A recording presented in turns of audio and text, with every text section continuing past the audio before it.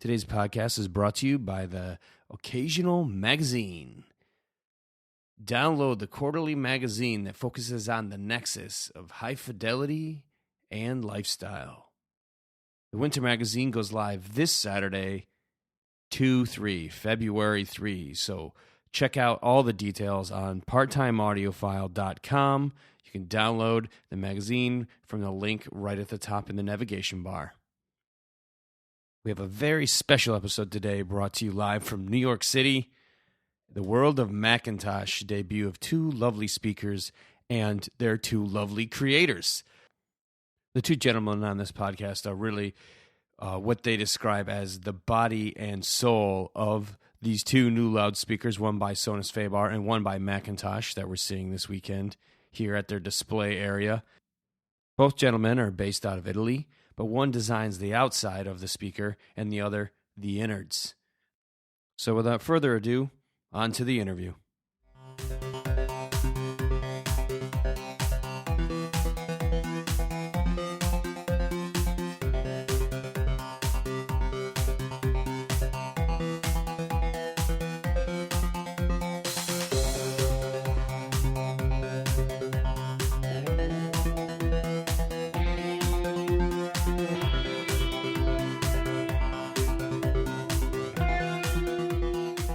Everybody, thanks for joining us. We are at the wonderful World of McIntosh Townhome in New York City today. It's very exciting. It's a very famous building. It has a pool on the second floor that you may have seen in many music videos.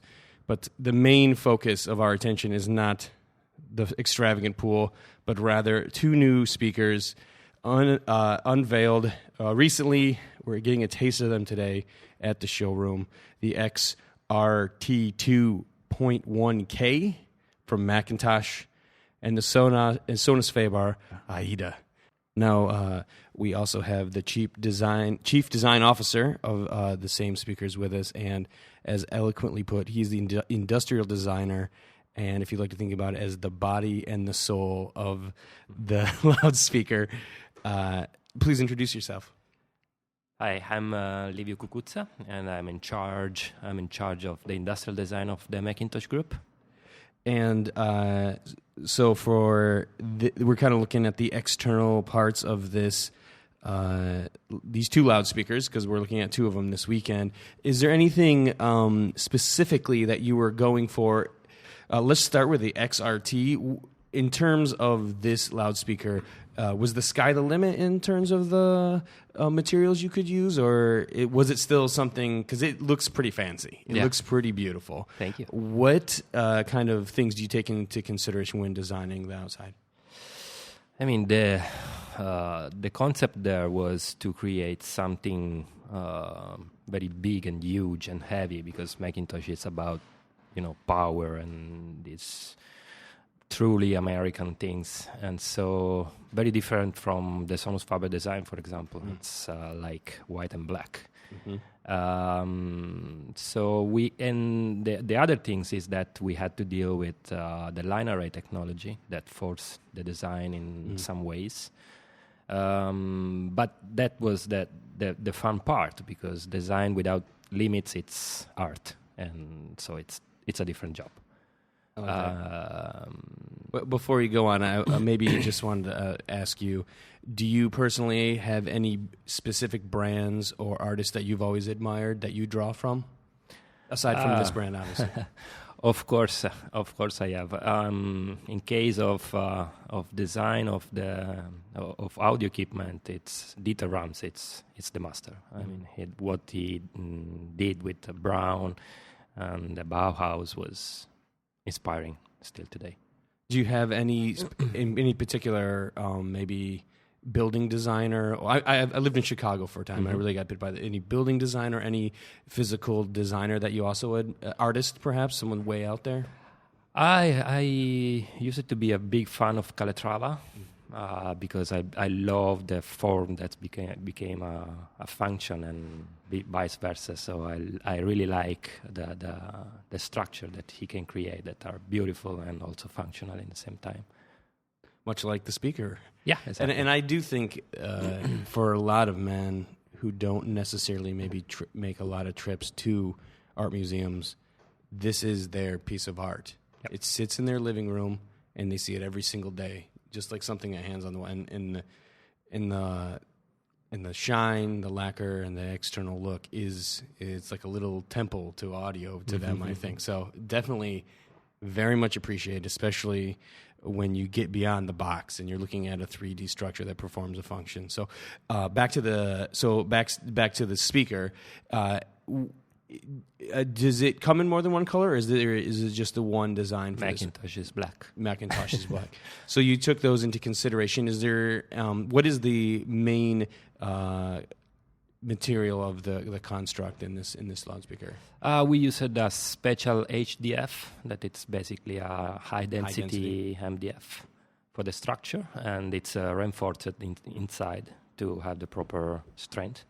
And then we used aluminum for all the ribs and these spiders that take the line array panel linked to the structure. So and glass, of course. Glass is part of the McIntosh DNA. Mm. So we used glass on the base. We used glass on the array panel. Yeah. And I'm sure much time and energy has been dispensed on bracing for loudspeakers. Is there anything particularly new or different that you did for this loudspeaker? But in this case, I have to say that we worked with very strong kind of reinforcement inside, because the pressure that the 3 bus driver in particular is really huge.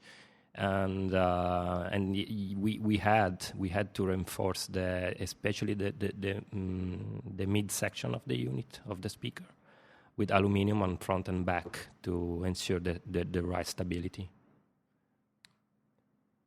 And also, there's a bit of, I'm assuming the line array mounted to the front has quite a bit of weight to it as well that you had to compensate for. Yeah, it's an extruded part in aluminum, so it's pretty heavy. Yeah, you don't want it to tip over. That'd be horrible. It's a beautiful piece. So moving on to the AIDA, anything in particular for that loudspeaker in terms of design and structure you thought was fun, different, or I actually myself, I've heard some amazing Sonus Faber rigs, big, even small. They have their own separate look. I think that is different from the McIntosh. Any special considerations in terms of the redesign for that guy? First of all, I have to say that I'm particularly linked to the AIDA project because it was my very first project, and it was thanks to that concept that I joined Sonus Faber, and it was a very nice kind of project because we had no limits, really no limits to design a new speaker. We tried to understand what was the limit for our artisans, like the wood artisans and the aluminum one, and we push it to have something really crazy. We are doing toys, right? Toys for adults. So big boy toys. Big boy toys. So when you approach a project like that, you have to enjoy. You have to leave the creativity free. And so in that case, we had this inspiration to create something that looks in movement also when it sticks to the floor. The idea was to create something that recalls this image of an explosion of energy from the floor to the sky. So the concept of the loudspeaker is not straight. It's not just a column. It's use organic curves and lines to emphasize this image of power and also dynamic. And that was really different from the classic Sonus Faber design. Sonus Faber was always famous for a good design, but AIDA was still different. So this is also the reason why I didn't find appropriate to change the look of the new AIDA, because it's a masterpiece. We want to say that AIDA is AIDA and nobody can change it. Maybe we will do something better, or more crazy in the future, but AIDA will stay AIDA. Given that there is a kind of large population of people that kind of enter into this hobby of loudspeaker manufacturing, and unfortunately, sometimes the guys will come to shows and they'll just drop a driver in a square box. Mm-hmm. From your standpoint, does the shape of the outside have a large impact on the actual sound, or could you just do really good drivers in a square box and get the same results from any shape on the back end? I'm sure that Paolo will be happy to have a big square cabinet with a lot of volume inside. I'm also sure that he knows better than me that an organic shape is better than a flat shape, a flat surface in terms of refraction. It's a little bit what happened with aerodynamics with the car. I mean, air, it's a fluid, and the propagation of the sound waves, it's for sure in a better condition when the speaker is more organic than a flat one. And if, in terms of bass, is a larger cabinet always better? Internal space? If you ask this to Paolo, he will say yes, of course. If you ask this to the world of physics, the world of physics would answer yes. World of physics is boring. But this is where we are stuck in, unfortunately. At least with our body, with our mind, we can go anywhere you want. But with our body, we're living in the world of physics. This is due to the wavelength.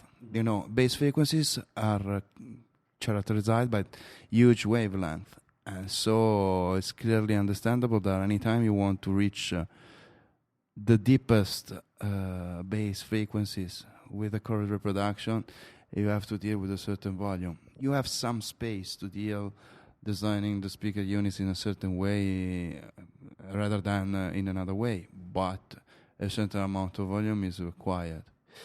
On the other hand, I fully agree with Livio. A square box is far from being the best solution, because the square box internally is creating a lot of, let me call them this way, even if it's not appropriate, flattering echoes. Mm-hmm. You have internal sound waves bouncing permanently against the parallel walls. In fact, one of the most important recognizable contributions of Sonus Faber to the growth of the loudspeaker design knowledge was introducing back in 1992 the lute shape, which for the first time created a cabinet which is made out of two curvature sides, removing the back of the cabinet as a matter of fact. And this way, you are avoiding standing waves inside, because in each point the reflection goes in a different one. So he manage the energy produced by the backfiring activity of the driver, mm-hmm. which is a huge improvement compared to any square box. Mm. Of course, even thickness and rigidity of the material and the relative resonance frequency has an impact.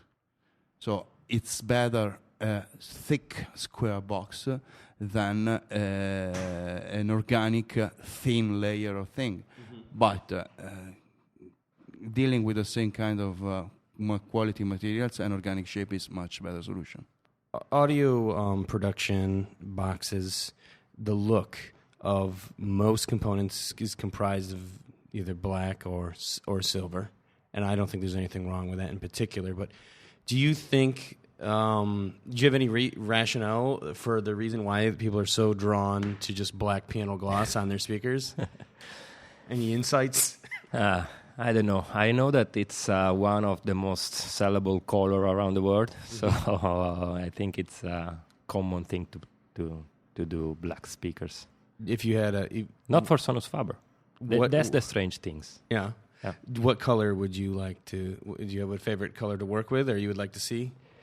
Oh, no, I don't have a favorite color. I think that in case of Sonus Faber, for example, we perfectly know that wood, it's our DNA. So we try to do piano black version of our loudspeaker, and they never sell well like the wood one. So in case of Sonus Faber, that things are a little bit different from what is normal. Red color in Sonus Faber, it's the flag color. So we love red. It's 90% of our production. But I'm also happy to notice that when we introduced the new homage collection, we introduced the Wenge finish, that it's a brown, very, very dark kind of wood. And now the sales are outperforming the red one. So this means that there is space to do new things. And now we have the soul of the loudspeaker, the gentleman in charge of driver design and how the loudspeakers sound. My name is Paolo Tezzon. The new XRT 2.1K is one of the flagship pieces for McIntosh, and it has a kind of a rich heritage to it. When you went about designing the speaker, what steps did you take, and what kind of collaborations did you work with? Well, probably the first things to be said about the XRT 2.1K is about a little bit of background, because, of course, it is the flagship, the new flagship loudspeaker for the McIntosh brand, but it has been designed in Italy by Sonus Faber, by the Sonus Faber team, which is located in Italy, but belonging to the McIntosh Group. And McIntosh has a very special tradition from a technical standpoint in the passive loudspeaker system. And this technical tradition is called line array. So the first things it took, I'm going to answer to your question, was to learn exactly how this kind of technology works, because the kind of speaker we are used to design belongs to a totally different technological family, which is the point source family. So it has been a learning and understanding and cultural job in first place. And then, of course, it has been always the same hard work that characterize any huge loudspeaker system development. So it has been about developing the transducers in first step. It has been about creating the theoretical model which links together the transducer to the enclosures. It has been about designing the enclosure. It has been about putting the whole things together. It has been about making the whole thing works properly from an electrical standpoint, and then making the whole thing working properly from an acoustical standpoint. And this is also done thanks, the last thing is done thanks to the development of the quite complicated passive crossover circuit. And for the average consumer looking at this product, can you just briefly describe what you feel is the benefit for the line array? Well, the first benefit of a line array, it's a kind of a technology which is normally available anytime you are attending to an electrical music exhibition, an electrical music concert. So anything which is live music performed not purely acoustic. The speakers that you are addressing the sound to the crowd normally are a line array. And the main benefit is that the line array is able to project sound as a much longer distance compared to a traditional speaker design. At a longer distance. So the first thing you should expect from such a kind of speaker is that it's they are expressing themselves at their best anytime you're placing in a huge listening environment. And they are able to provide an amazing amount of dynamic, and the kind of sound is not particularly into, the precision, detail, and finesse kind of word, but it's more on the emotional impact, on the physical impact that music is able to provide. I just noticed from my listening session upstairs that, generally speaking, the voices sound a bit larger than life, a little bigger than if they were just coming from a single point. when they come from a multitude of points. And how many, off the top of your head, do you know roughly how many drivers of each type are on the line array that addresses the front? Well, we use for each speaker 45 tweeters, 45. 28 upper mid-ranges, a pair of filler low mid-ranges, and 6 8-inch woofers. And I noticed that each speaker is not an exact copy of each other. They're actually designated for left and right channels. Can you explain that thought process and how that impacts?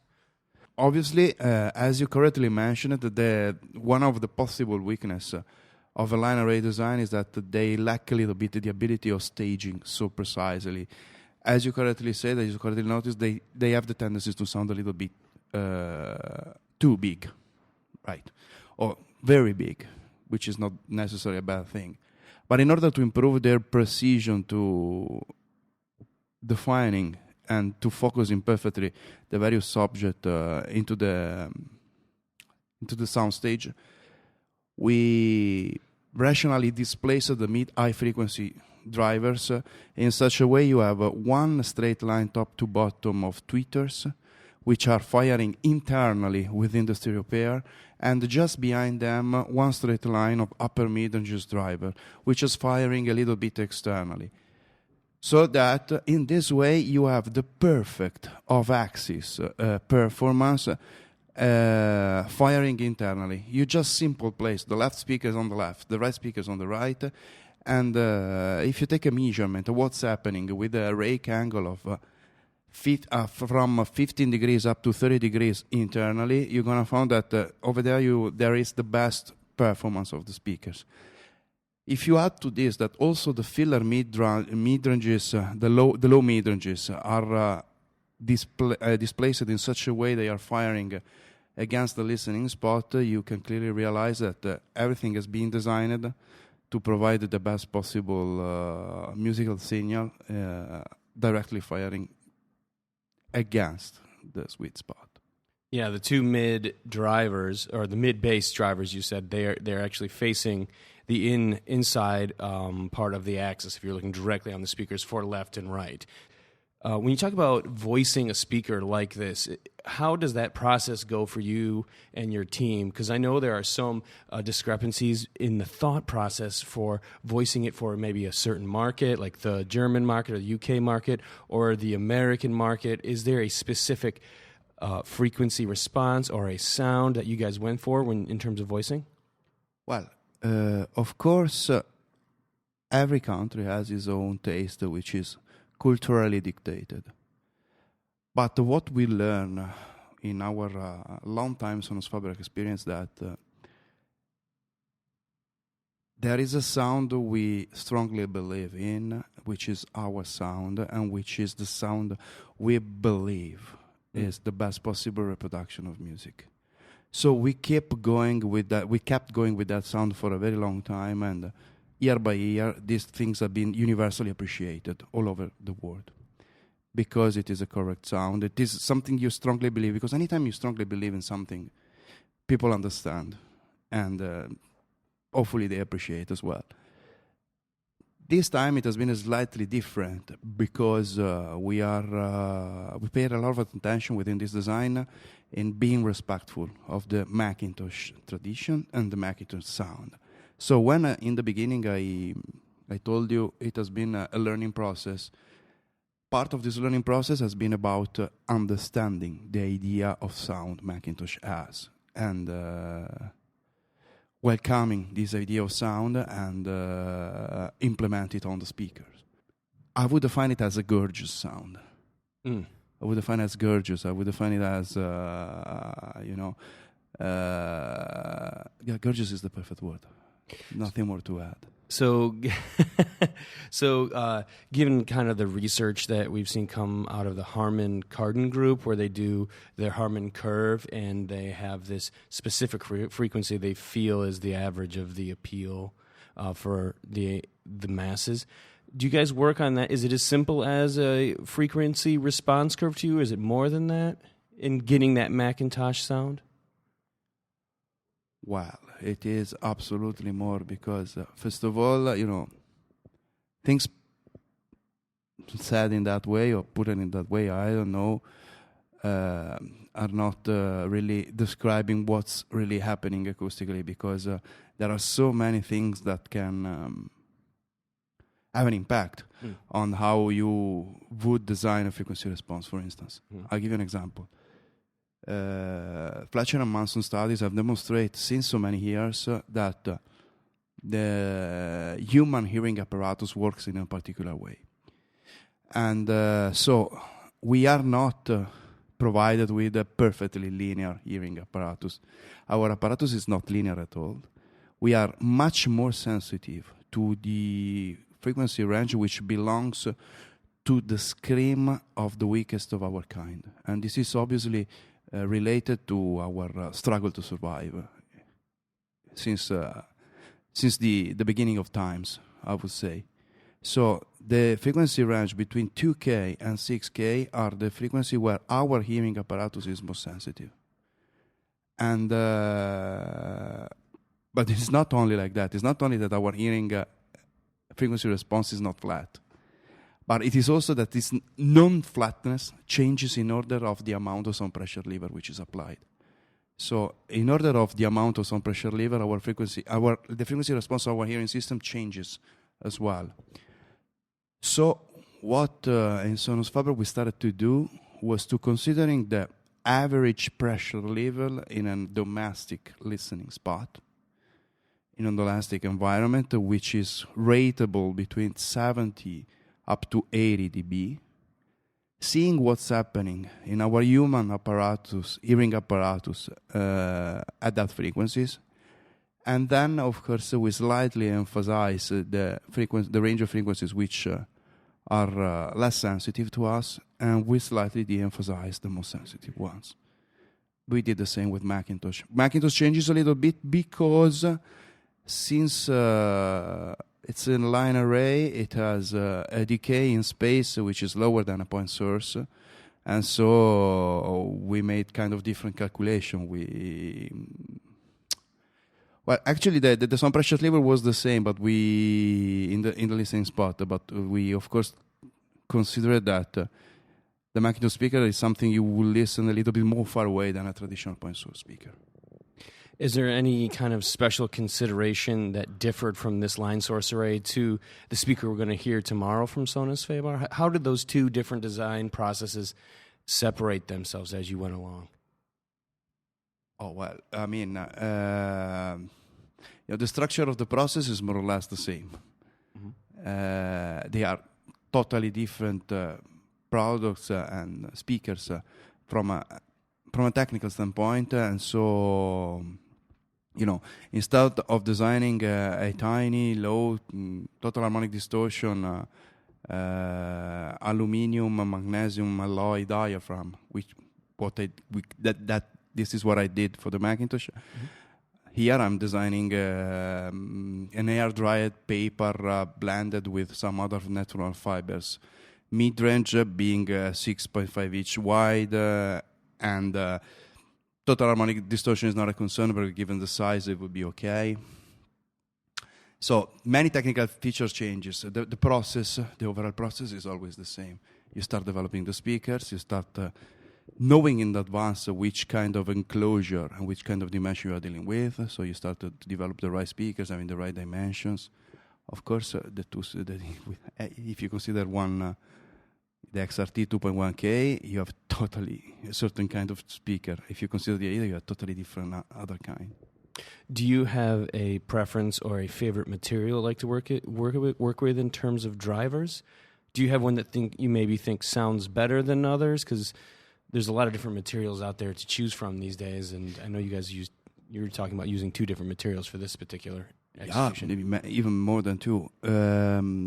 Well, my own preferences, but this is mainly a matter of taste, and this is also linked to the Sonus Faber history, is about natural materials, which in a point source, designed in a certain way like we do, works very well.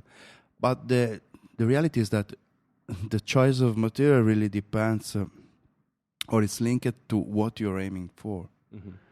I mean, we went into the precision direction with XRT 2.1K transducers development, because we knew that staging, precision, and